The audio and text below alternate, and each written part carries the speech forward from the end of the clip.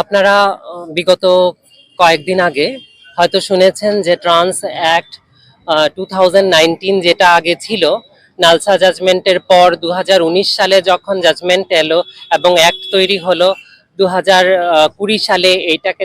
যখন ইমপ্লিমেন্টেশনের জন্য দিল, তখন আমরা সবাই স্বস্তির নিলাম এবং আমরা আমাদের যে অস্তিত্বের লড়াই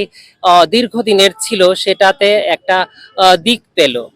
এবং সবার জীবনধারা আবার স্বাভাবিক মাত্রায় একটা সুন্দরভাবে চলছিল, মানে আবার স্বাভাবিকভাবে সবাই একটা ধাঁচে ফেলে নিয়েছিল। কিন্তু 2026 সালে আবার নতুন এমিটমেন্ট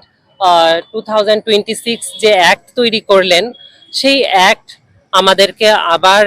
একটা অনিশ্চয়তার দিকে ঠেলে দিল এবং এই অ্যাক্ট কিছু সোশ্যাল এবং ফাইন্যান্সিয়াল যে কমিটি থাকে, মানে গ্রুপ থাকে, ওদেরকে বাদ দিয়ে বাকি সকলকে ভ্যানিশ করে দিল।